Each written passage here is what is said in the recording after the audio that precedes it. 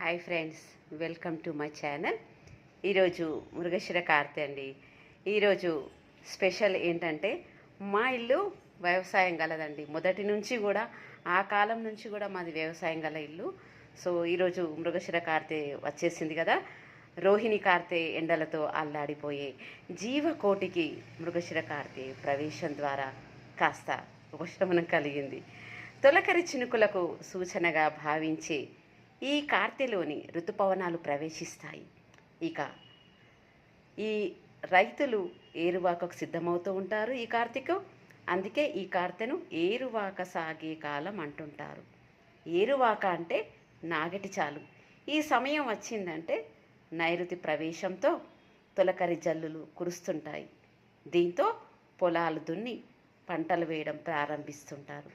ఇక మృగశిర కార్తె ఆరంభమైన రోజును వివిధ ప్రాంతాల్లో పలు పేర్లతో పండుగ జరుపుకుంటారు. ఇంకా ఈరోజు ముఖ్యంగా అందరూ కూడా ఈ ఇంగువ బెల్లము దంచి ఇలా సాయంత్రం ఇలా ఉండలుగా చేసుకొని నోట్లో వేసుకుంటారు. ప్రతి సంవత్సరము ఈ కార్తీ రోజు ముఖ్యమండి.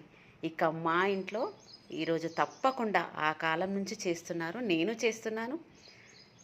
పప్పు భక్షాలు, దీని కాంబినేషన్ మామిడి పళ్ళ గుజ్జు. భోజనంలో ఇవి పెట్టుకొని తింటాము. సాయంత్రం ఈ ఇంగువ బెల్లము సేవిస్తామండి. ఇది ఈ కార్తీ యొక్క ముఖ్య విశేషము.